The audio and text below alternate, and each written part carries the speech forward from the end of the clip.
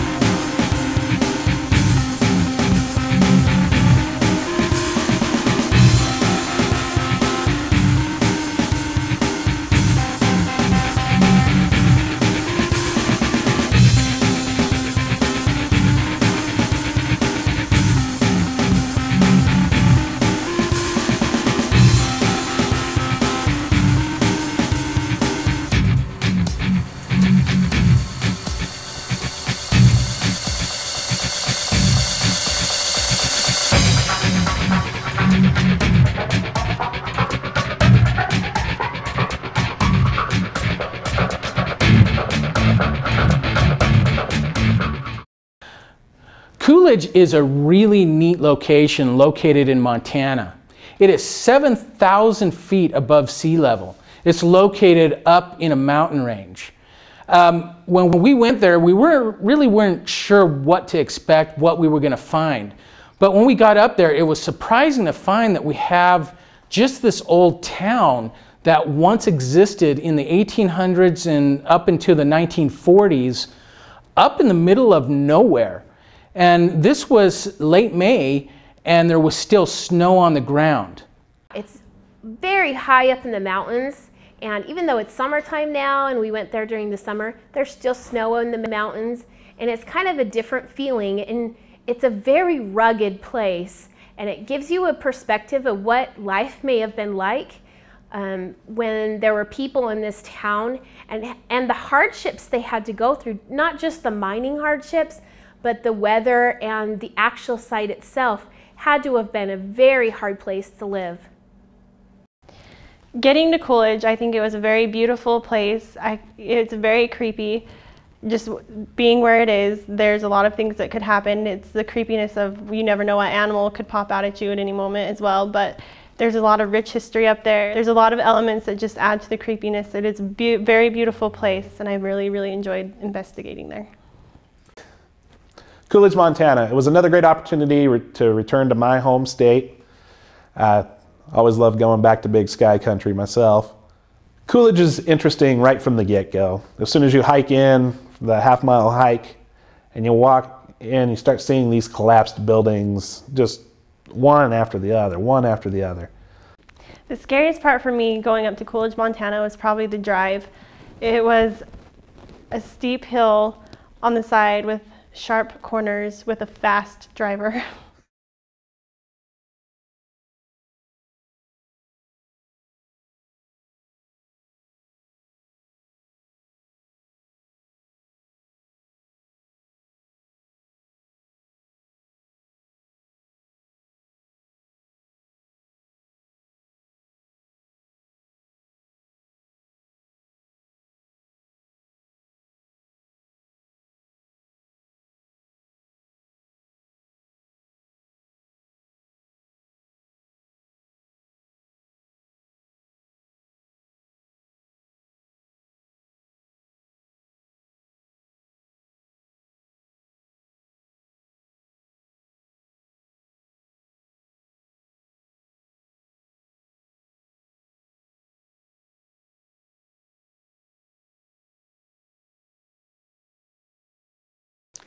We've been going up there for about 10 years.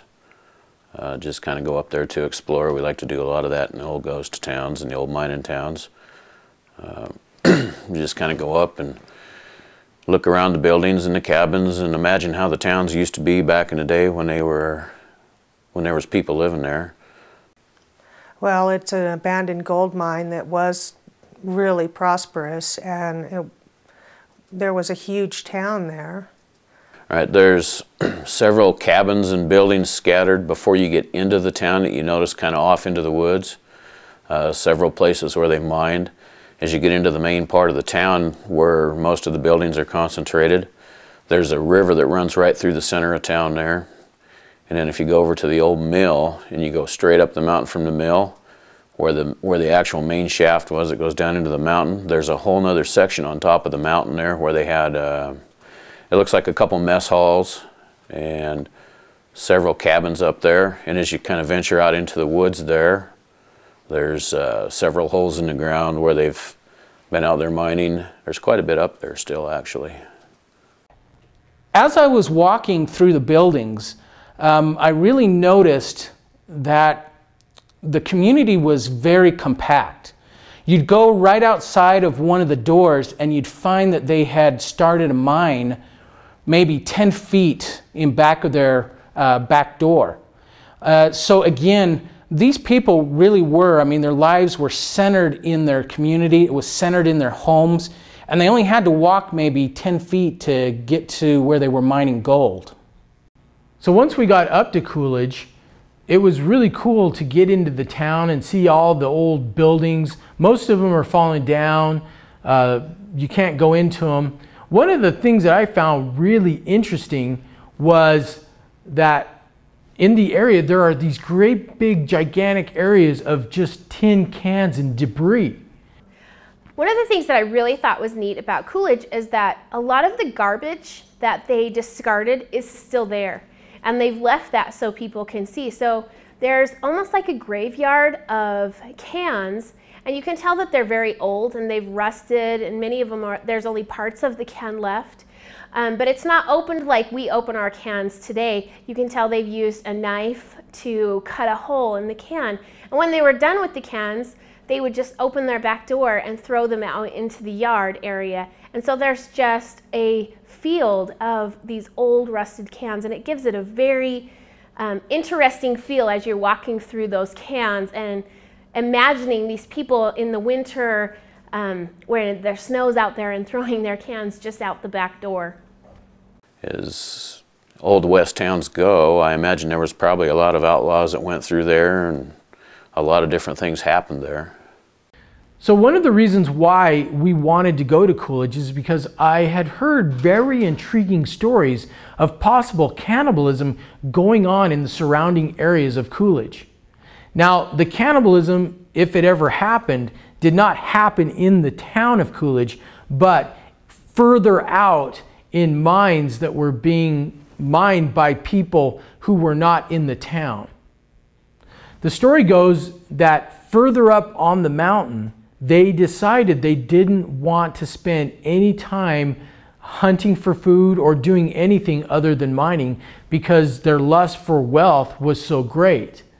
So what they began to do is they actually began to go out and kidnap people on stagecoaches, people out, mountain men who were alone out in the area, and they would actually cannibalize them in order to feed themselves so they didn't have to spend any more time than what they needed to doing something else than mining.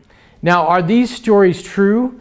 I'm not 100% sure, but the people that told me are people who have spent extensive time in the area and do know the history quite well of Coolidge. Again, at SIEPO, we're very interested in developing our theory for ghost hunting. One of the things at Coolidge that I'll take away is, again, as it was a mining town, we would expect to find EVPs or specters or ghosts of former miners. That's one of the things we're really looking for. Again, we go all over the place and we investigate places with different cultures and different peoples. If we go to a Native American place, we would expect to find Native American ghosts or Native American recordings or something that connects us with the past of that geography.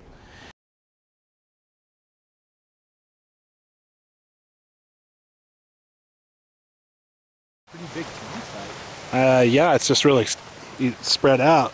The thing that would be interest me is if you went up in here, how much you would find. Oh, absolutely. Because I'm sure I've already seen there's like shafts up there. On the other side, there's obviously some major mining going on the other side of the river. Mm-hmm. A lot of the houses at Coolidge, they are falling down. Again, the rangers can't get up there and restore it like other places like Virginia City or Bannock. But that almost makes it neater in a way, because you really feel like you're in a pristine environment. And there really was times when I was all alone that I felt creeped out.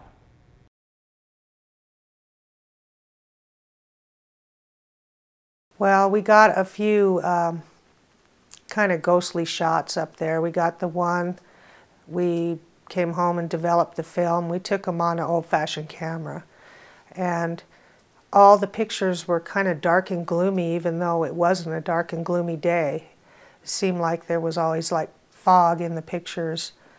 And then my son picked out one picture that there looks like there's a guy up in the tree. When we went into the house with the diamond-shaped window on the top, the dog did, for some reason, come out that window and land on the ground down below the house, which is a second-story window. All of a sudden, the dog was out the window and down on the ground below, which is not like him.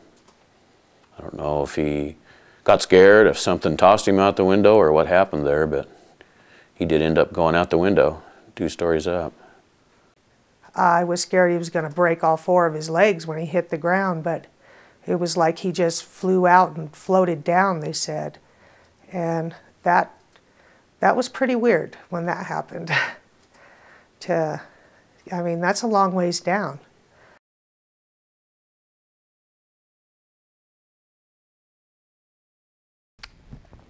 One of the places we investigated was a house. It was one of the 2 that were standing. John, Brett, and I all at the same time felt the cool spot. Brett felt like he was going to get pushed down the stairs. There's a lot of creepy elements in that house. You just kind of had an uneasy feeling in there. So I was standing right here just asking EVP stuff. Said Scott's downstairs, I'm up here. And right at that moment, as I said it, I felt like someone just tried to give me a little push right down these stairs. But didn't catch anything on the K2. Not that I know of on the recorder yet. But a little freaky. There's any temperature? Is there a draft at all? It feels like all of a sudden, I mean, this Because it's like right here too. It must be, I think it might be coming up, but all I know is that my legs are freezing right now. Where I'm at right now is incredibly cold. It's really cold right here too. I got nothing on the K2. There's one house in particular there in Coolidge which is still standing, and looks like they've been trying to restore it in some capacity. John, Becky, and myself were in the upper level, and while John and Becky were in this crawl space at the top of these stairs, I was just kind of standing on top of the stairs, looking in on them, seeing what they were doing, when I just felt this slight nudge just trying to push me down the stairs. And the more I thought about it, the more creeped out I got over it. This was just the beginning of some more activity that was going to take place in this building.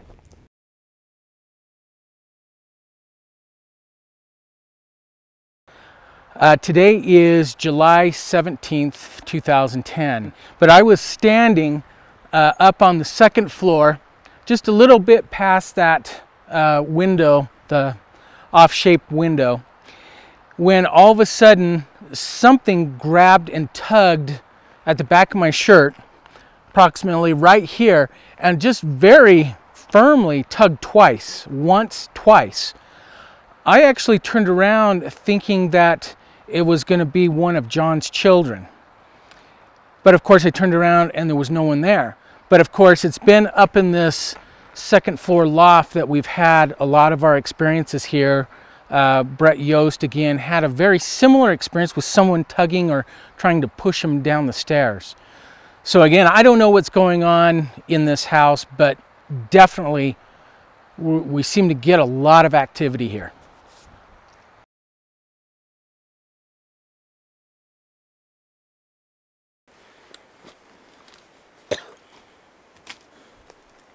Okay, here we are. We're at an abandoned mine shaft here. I'll put the recorder down underneath some of these boards.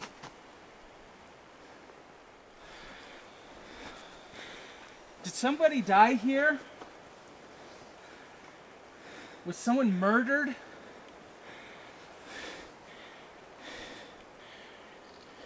If you were murdered and you remain here, or you died here, please give us a sign.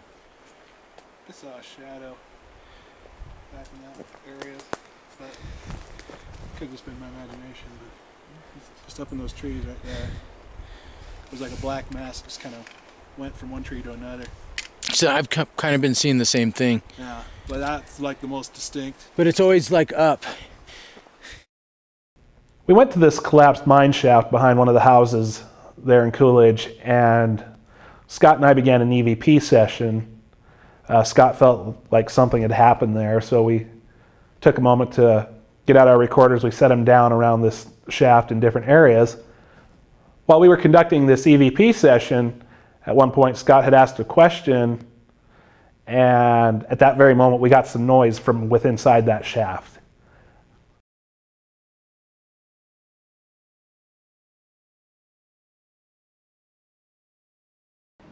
Later on that night, Scott and I decided to drive back up to Coolidge and get some footage at night. We'd been excited by the experience Scott had had earlier in the day. But when we got up there, number one, Coolidge is way up in the mountains, and it is miles and miles away from any type of civilization. Okay, here's John. We're in the woods tonight, around Coolidge.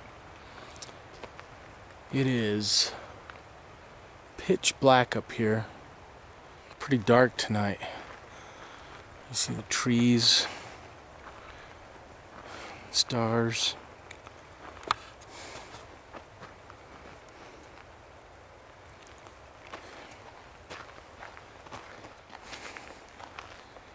And we could just do an EVP session right here. Coolidge Ghost Town. There we go. Half mile.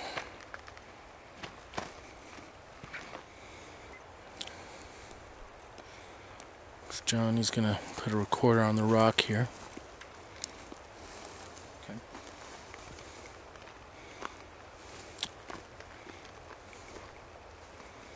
Go ahead, why don't you get some questions?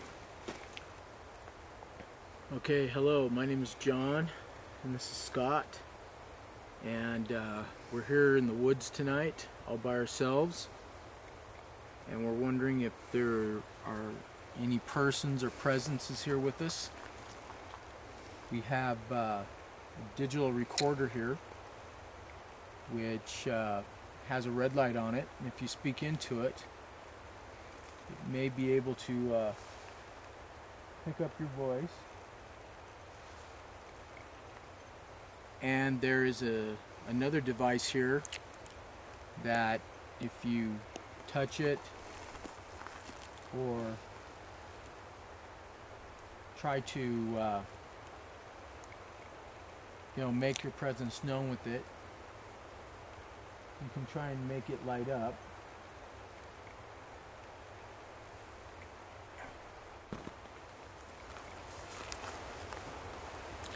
I don't like being out in the forest like this. Not that I'm scared. It's just that I feel like we're maybe putting our personal safety in danger here. This isn't like we are miles and miles away from anyone, and we're totally up here by ourselves. If a wild animal was to come out or something like that was to happen, we have no recourse. We're just up here by ourselves. And even though, you know, it's fun and all this and that, our number one goal as ghost hunters is to be safe and to, you know, make sure that we don't put ourselves in harm's way. So I guess I'm asking, did you hear that? Like voices? I don't know. I don't really know what it was. It's... I'll just continue. It's probably nothing. A lot of noises, a lot of animals out here, so who knows? I keep on hearing like voices. Yeah, I mean, I keep on hearing rumblings or something. I mean, it's... Again, it's a forest and... You know, we're up in the middle of nowhere.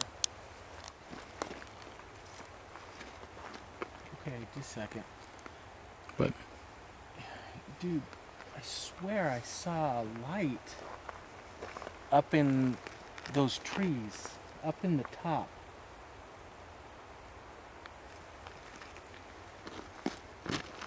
Yeah, I saw it too. Well, I think we should mosey on back.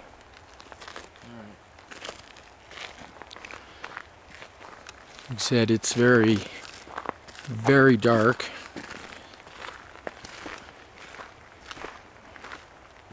Whoa. Where? Like you said, voices. Yeah. And I kept on hearing them behind us. But over here.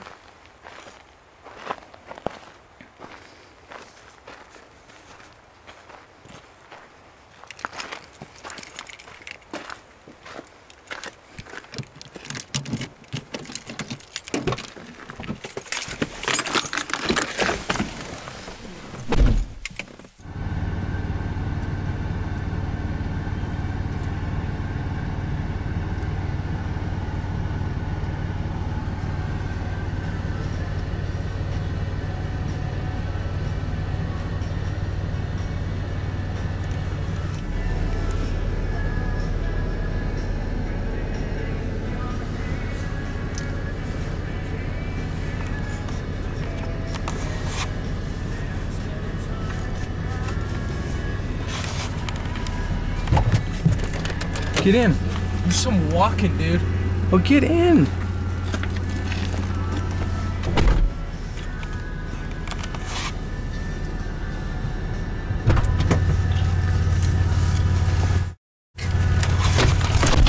Dude.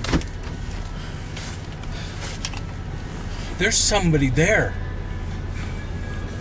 Here, grab this.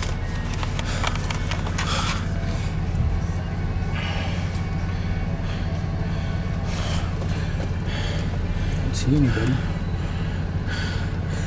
No, dude. There's someone walking right there. I didn't see him, but the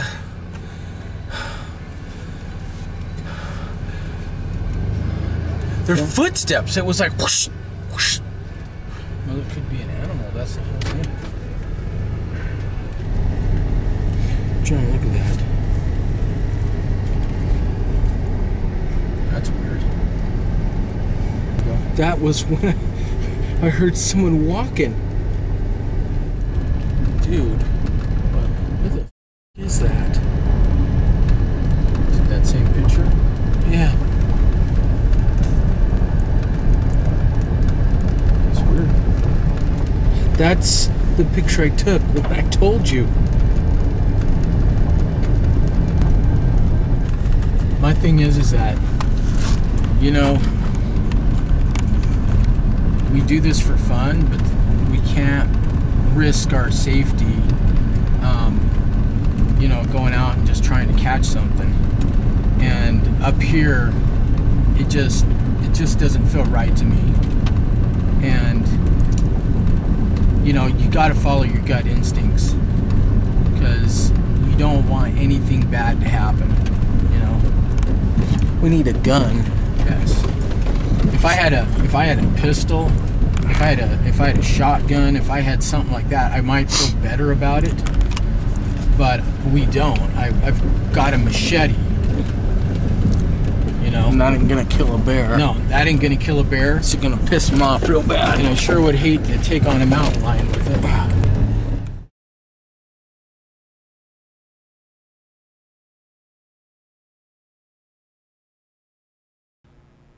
So Coolidge was a really cool place. Number one, it's a hard place to get to. You have to drive up these really narrow, winding roads. In fact, it's only a one-laner. So if somebody's coming down, you're coming up, you guys got to kind of find a way to get by each other. I really love the area because you can't drive a car up there, and it's really secluded. It's really, you know, a really good example of a ghost town frozen in time, because people can't go up there and take things and rip it apart and you know, ruin it. I thought Coolidge was a really neat place to visit. There's just so much there to check out while you're up there, and it's in such a beautiful area. You can't help but love it up there. With the stories of paranormal activity that occurs up there, as well as what we experienced up there, all of us experienced something, which again shows us that there is some sort of activity up there that we believe is an everyday occurrence. Coolidge was a really neat place, and I would love to go back there. I'd love to take a sleeping bag and spend the night and see if we can, I don't know, catch some ghost lights or maybe even hear the sounds of miners. Get a kind of a different feeling going into this town than any of the other ones that we've gone into. It's a lot more desolate, it's a lot more secluded and isolated than any of the other towns that we usually go to. The several times that we've been up to this one, we've been the only ones up there. You get kind of an eerie, quiet feeling up there in the mountains where this town is at. It's up real high. And at one time it was a pretty good sized town, so there was a lot of people there. I imagine there was a lot of things that happened there, so